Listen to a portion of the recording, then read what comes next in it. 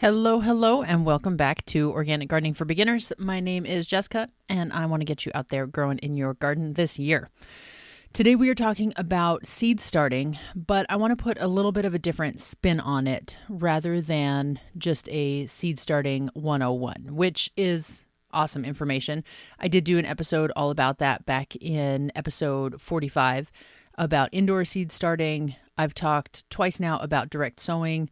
Episode 44, I talked about that, as well as just last week in episode 62, we talked about direct sowing versus transplanting. So today we're talking about seed starting, which typically implies indoors, but with the twist of in bulk.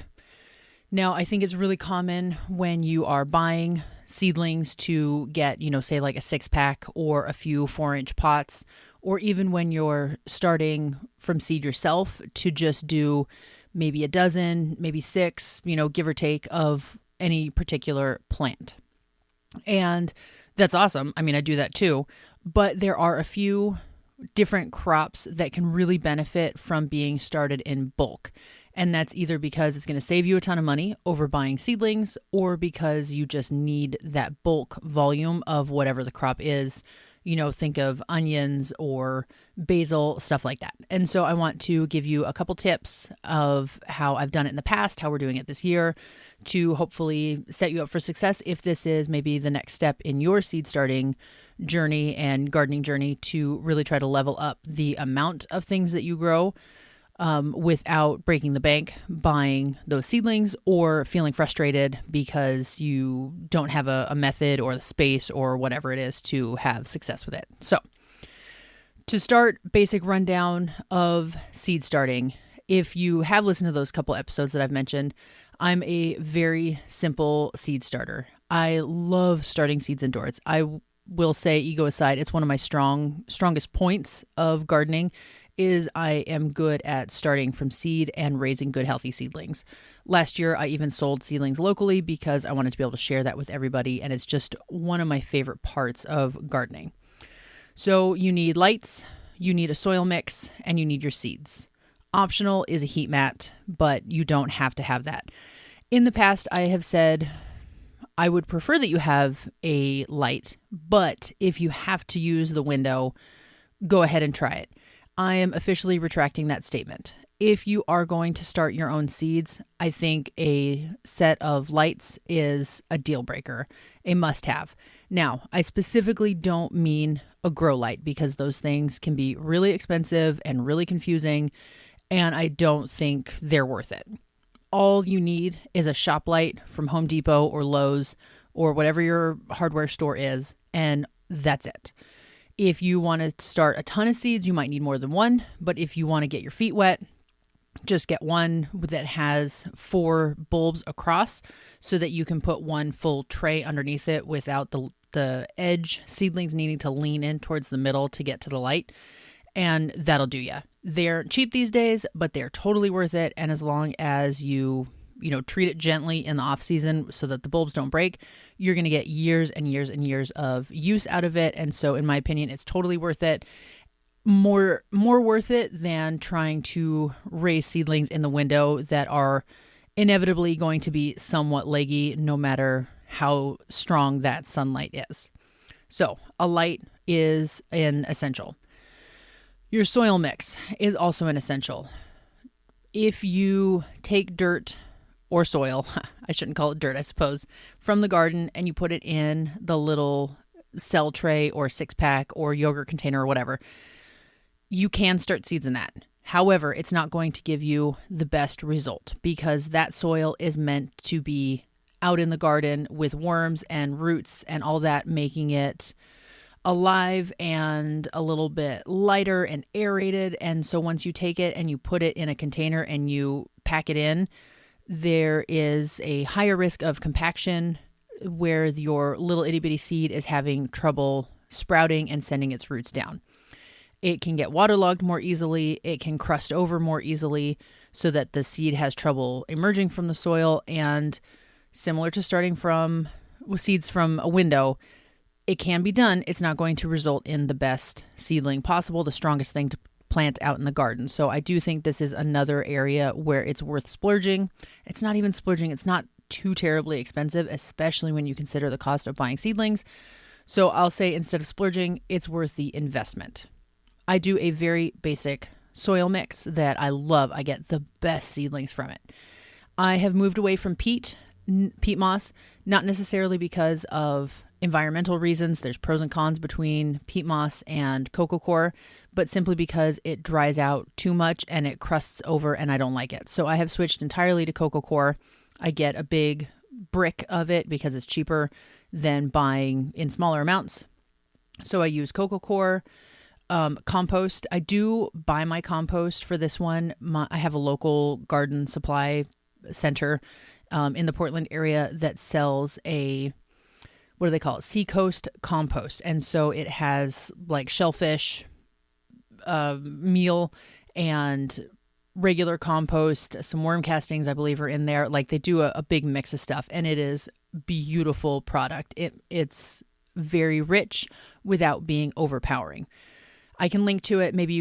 I'm sure they sell it online, but anyways, I buy it in person. So anyways, so I do coco coir, compost, equal parts vermiculite and perlite, and both of those help with water retention and aeration. And then I make my own fertilizer mix, but you can use just an all-purpose one. Mine has green sand, azomite, rock phosphate, and blood meal, although I have used cottonseed meal as well in the past. I just need a strong nitrogen source. And I have this recipe in previous show notes. I will try to remember to put it in these show notes. I've been really bad about remembering to put my links in the show notes. And so I use that as the food source because coco coir, as is peat moss, is sterile, nutrient devoid. There's nothing for the seeds to eat or pull nutrition from, and so you have to supply that as the seed starter. And that's all. A little bit of water, mix it all up. It's good for soil blocks. It's good for 6-packs. It's good for the cells that I use, which I'm going to talk about in a second. And I have nothing but success with it. It doesn't take that much more effort to make your own seed mix, but if you don't want to, Coco Loco from, I think it's Fox Farm is the brand name. They do a coco coir seed mix that has almost the same ingredients as what I mentioned, but obviously just pre-mixed. I know you can get that one online. Some garden centers carry it. I don't think Home Depot or Lowe's do, unless maybe you order it from their website, not the actual store. But if none of those things are available to you, or you're not interested, or you just prefer to stick with peat moss, then grab a bag of just a basic seed starting mix, or use the recipe I just gave you, but swap in peat moss for coco coir, and that'll work. Just keep an eye that your trays stay moist, damp. I always feel weird saying that, throughout the germination process so that it doesn't get crusted over and make it difficult for your seeds to actually germinate, because that is always a total bummer if you go out there and they're all dried out and your crop is no longer and you have to start over.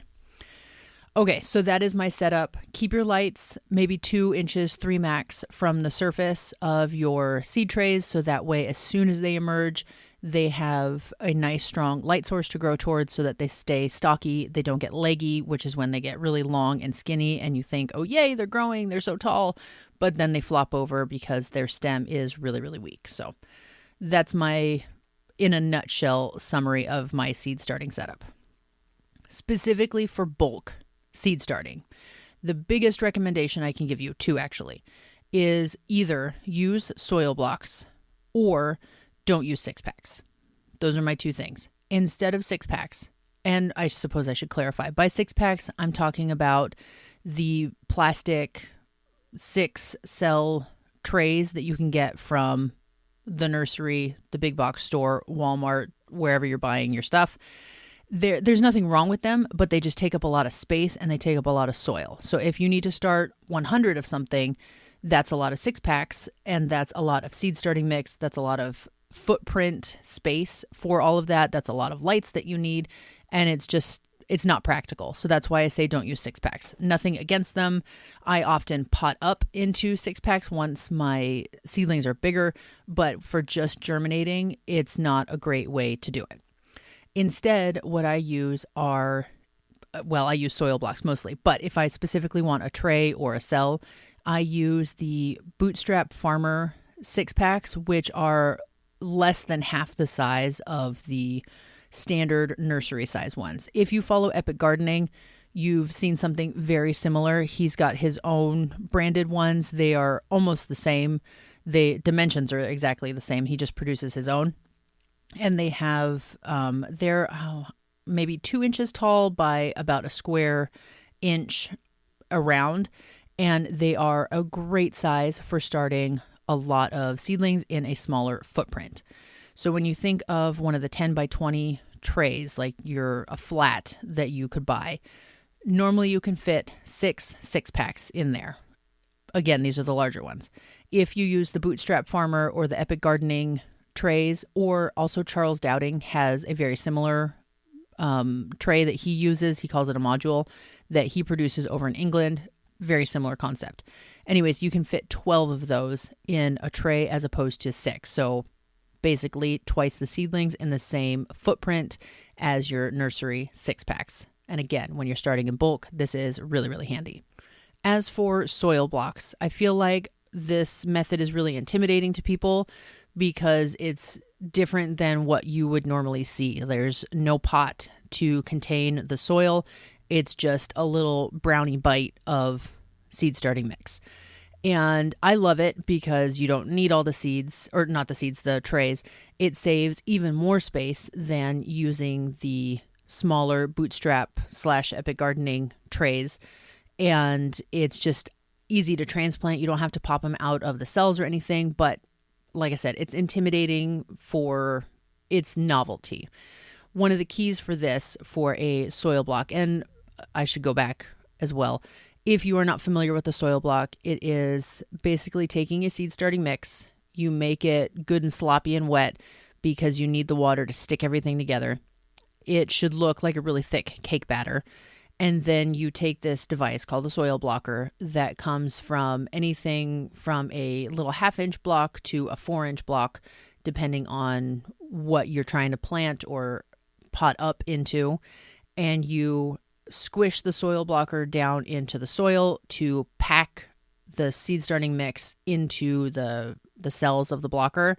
And then you transfer the blocker over to a tray or a plate or whatever you're going to put it on, and then you basically pop them out.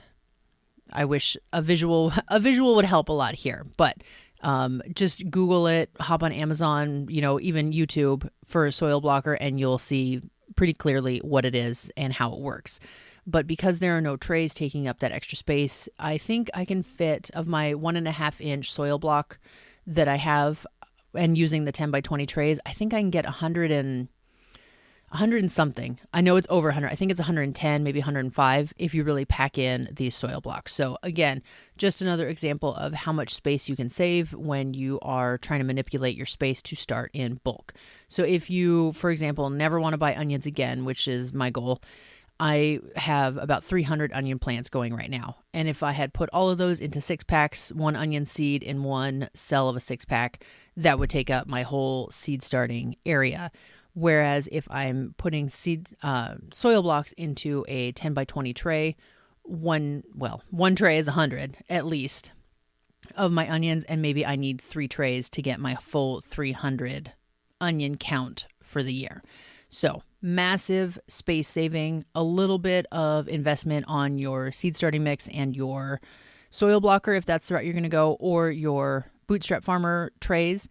But again, totally worth it. You can use them year after year. I think the Bootstrap Farmer trays and the 6-packs I think they have something crazy like a 20-year guarantee, I want to say. They're indestructible. They are way, way stronger than standard nursery plastic. I'll put a link. It's not affiliate or anything like that, but I just really love them. They're just super high quality, and they're made in the US, which is always nice. Anywho, I want to talk about 2 more methods for starting in bulk. One is the snail roll method. I have not done this, but it is all the rage on Instagram. It's a new method that hasn't really been around. And what you do is you take a sheet of material. And I say material because you can use a lot of things. I've seen people use old plastic dog food bags, feed sacks, styrofoam, packing material. Paper would probably not work. So I would say you can't use paper, but maybe you can. I haven't done it myself, so I don't know. But think of anything like that isn't going to break down and is flexible. And then you cut it into, say, a 6 by 12 or 18 inch rectangle.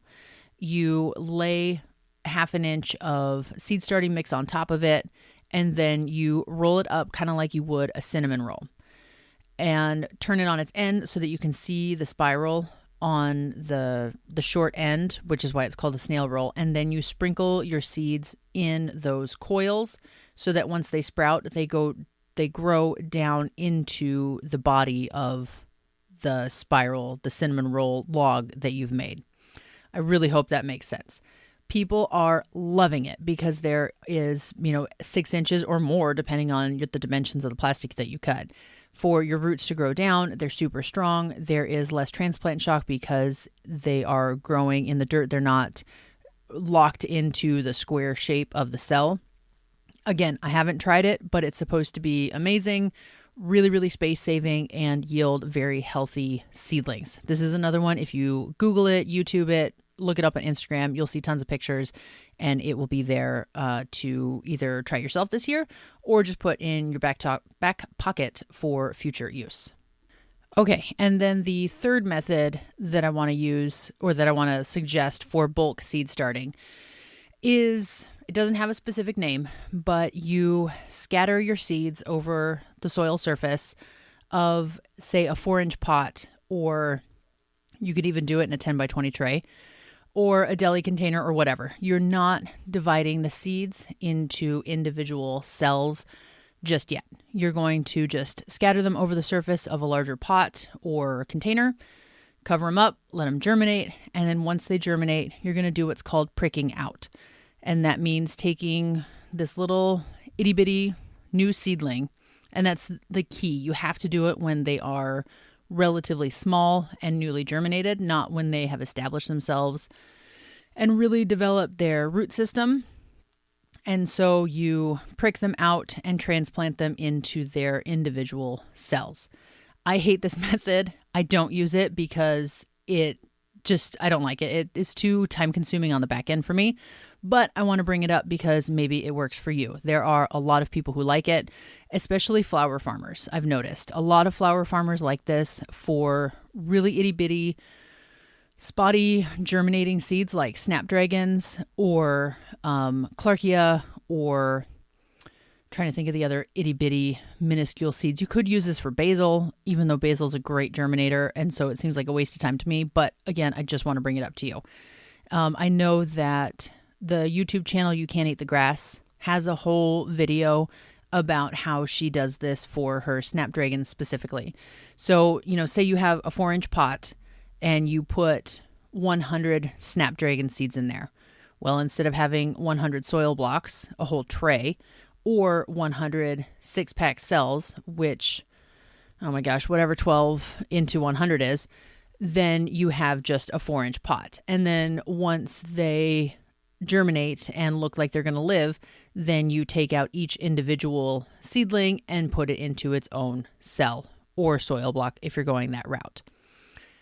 Charles Dowding uses it too. I've watched his videos. He's one of him and Hugh Richards are my two go-to gardening guys. They both happen to be British, but they have very similar climates to me, and so I get a lot of value out of their stuff. But anyways, total side note.